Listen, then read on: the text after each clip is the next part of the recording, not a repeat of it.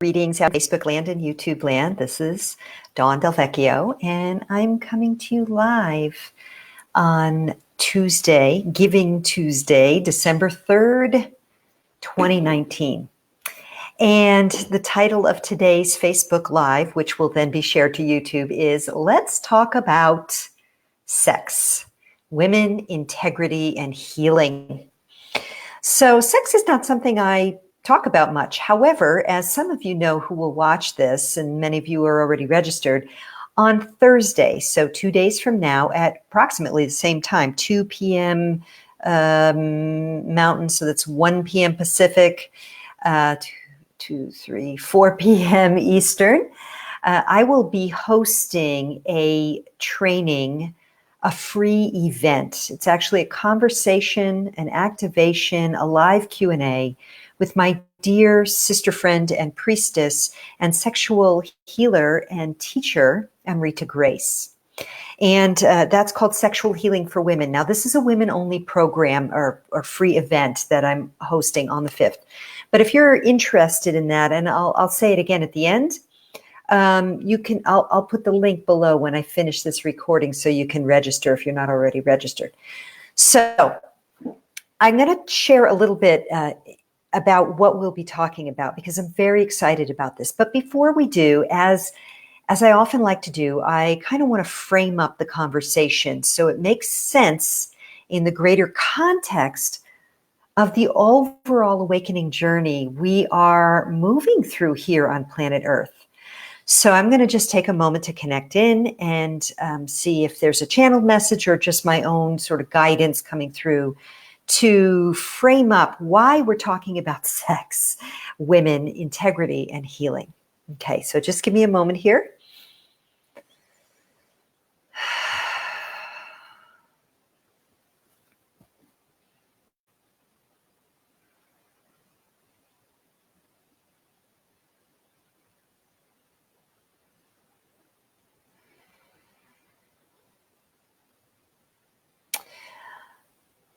So what I'm getting is to begin with the conversation around some of the abuses of power related to sexuality that we've been seeing spring up a little bit in the media. Those of us who watch alternative news sources and not mainstream, we see a lot more of it.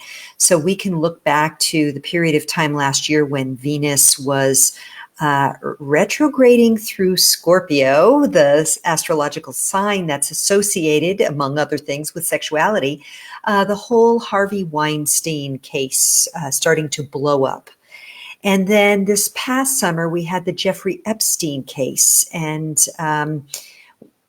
we're beginning to see beneath the surface to the real issues, the secrets, the sexual trauma, perversion, blackmailing, etc., that's going on in the power elite. Hey, Susan. Hi, welcome.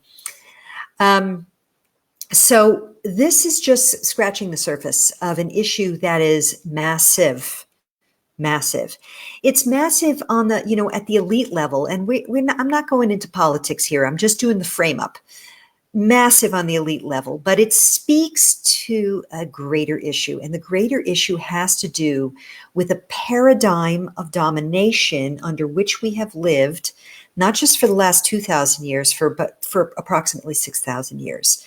A paradigm of domination in which the masculine principles, as well as the male physically, the biological male, are on top, very few of them, and the masses beneath, and especially the feminine and the female beneath, and children as well, and the masses of men as well.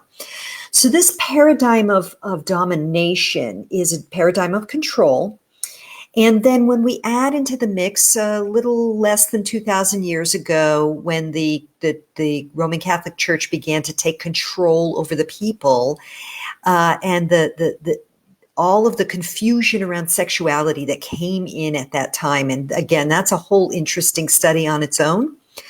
But basically what we have is in the Western world, now I'm speaking specifically to Western people at the moment with regard to this, we have a paradigm of domination and control with violence glorified, for thousands of years. Think of the Spartans as one example.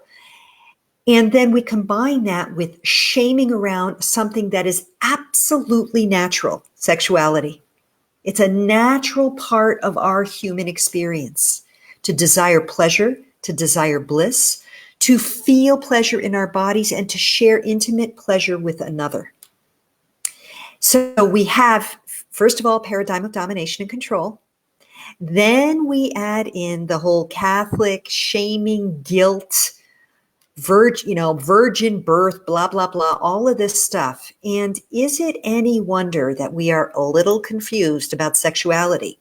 And some people are a lot confused about sexuality. Some people are deeply wounded from childhood trauma, from rape, I've even seen trauma from early childhood exposure to graphic pornography that was not loving, and how that wires the brain in a certain way. And now with the internet, we have our youth accessing their first impressions of sexuality via actual porn that's free online and pretty easy to access. So we have, hey, Amrita, thank you for joining. So excited about our conversation on Thursday. So I'm kind of doing the big frame up here today. So we have a situation. We have a situation, people, and the situation is not good. However, there are those of us who have come to bring the light and to bring the love and bring the healing, and that's what this is about. So we have a situation of a lot of sexual wounding and trauma. We hold it in our own personal bodies if we've had personal trauma in this incarnation. I would argue that we hold it in our energy fields because most of us have probably gone through other incarnations where we've experienced sexual trauma, especially if we've been women in dominator culture over the last several thousand years. Rape and pillage is a real traumatic experience. It's not just a saying. And then, of course, we have lineage trauma. We know that when our mothers and our grandmothers and our fathers and our grandfathers have sexual trauma, that passes in the line. Some way or another, it passes in the line. It could just be that we carry shame and we can't actualize our pleasure. It could be a host of things. So all of this leads me to the connection with, why am I talking about this? And then I'm going to share with you a sneak peek of what we're going to be talking about on Thursday. So for me, my mission, my purpose is about personal spiritual empowerment in this awakening time. I work mostly with women, and the bottom line is we all are at a place where if we are beginning to wake up and feeling the call to lead in any way, lead our families, lead our own lives, be a force of light and love on the planet, then we have to do the shadow work of healing and integrating those wounded parts of ourselves. We have to become whole, that we may be holy and we may shine the light and be empowered leaders in whatever way that is. And one of the places where we need empowerment deeply right now, where we need healing and holing deeply, is in our own relationship with our own sexuality for many of us, and sexuality with each other, that we may have sacred intimacy, that we may have loving encounters, and of course, healing between the genders, between women and men. This is so important, that men are able to lovingly adore women and that women are able to feel safe with men. And that's just to put it really super simply. So, so holy wholeness, that's right. Absolutely. So, so many incarnations and lineages. Thank you for contributing to this, Amrita. So, and with that, I want to share the next piece, which is, again, to reiterate what I said at the beginning, that on Thursday, the 5th of December, 2019, Amrita, Grace, and I are going to be doing a free activation, conversation, Q&A on sexual healing for women. Now, this is a women-only event. So brothers, if you're out there and you watch this, we love you, and we just need to create a safe container because there are so many women who have sexual trauma, and we want this to feel very, very safe. There is a space for you, just not at this particular event. So I just want to give you a few tips, like a peek at what we're going to be talking about. One of the things that we're really going to look at is why no one escapes the impact of a sexually wounded society. So even if, for example, you come from a family where you've got pretty healthy sexuality in your lineage, and you're growing up, healthy boundaries, all of that stuff. The very fact that you are walking out in a world full of a lot of sexual wounding and confusion and pain and trauma means that somehow or another it's going to show up at some point in your field.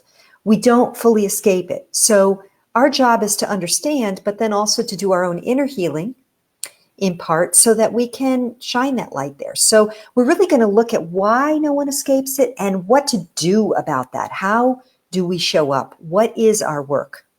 What is ours to do? And then, of course, how we can heal a sexually wounded society. And then that really leads to the obvious next piece. And this is why I've invited Amrita to do this, because there are a lot of people out there in the sort of tantric sexual world, and this is not my expertise, so I'm not going to go too far into this. But let's say not everyone is as qualified or as aligned with integrity as Amrita is. So one of the things that I really want to be able to share with you during our event is what is available in the realm of sexual healing that's safe, that is in integrity, that is aligned and truly healing. Who are the right people and organizations, or at least how to find them, what to look for. So I'm going to be really asking Amrita to open up her knowledge base here and share with us how do we, if we've never done that kind of research before, how do we find that? And we're also going to look at the intersection of safety, sacredness, and integrity, and the importance those play in the healing process, the sexual healing process. Finally, one important thing I want us to be sure to look at is our life force energy, full stop. Life force energy and how important having healthy sexual energy is to vitalizing your life force energy, to nourishing your life force energy in all the other areas of your life. So, and of course, how do we access that? What is that about and how do we access it? So I am very, very excited about what we will be doing on Thursday. Now, this, just to be clear, this is not that will not be a Facebook Live. You have to register for that event, and it is free. So all you need to do is register, and I will be putting the link at the bottom of this once I finish this. And I'm just going to check now the messages. Yes. Sexual shadow is very prevalent in the world right now. Absolutely. Sexual shadow is, and it's coming out of the shadows. And we're getting those sneak peeks, as I said at the beginning of this. And that's why it's so important to do our own healing work. I'm going to conclude with one sort of aha I had the other day. And Amrita, you and I will probably talk about this again. But when we have shadow, sexual material or otherwise, that we haven't resolved in ourselves, unintegrated parts, soul fragments that are dissociated because of trauma in this life or others. When shadow is revealed in the public arena or in our families, for example, or our personal lives, it can be very easy to get polarized and stand in judgment. I just was having a conversation the other day with someone, and they were just like, that's disgusting. It's just disgusting. And, I get it. We can look at the pedophilia in Hollywood. We can look at the Harvey Weinstein stuff, and we can look at all of it, the Epstein stuff, and stand in judgment and say, it's just disgusting. Or worse, we can be in shock. And I have a feeling that many mainstream people are going to find themselves deeply shocked by the revelations that will be happening in the next few years. However, I would argue that that is not helpful. It's not helpful to stand in judgment of something. And how do we get out of judgment about it? How do we get out of, just staying in judgment and saying that's disgusting, then everybody can get on board and say, yeah, it is. But that's actually not healing. That's not healing. So what do? We heal our own wounds around it so that we're not charged by it when we see it, so that we can go, wow, there's the shadow being revealed. Yeah, of course. What do we expect from a culture and a society of thousands of years of sexual trauma and violence? Of course, this is what happens. Now, what are we going to do to bring love to the situation? And that is why I feel it is so important that we do this work with integrity, with the holy wholeness in mind.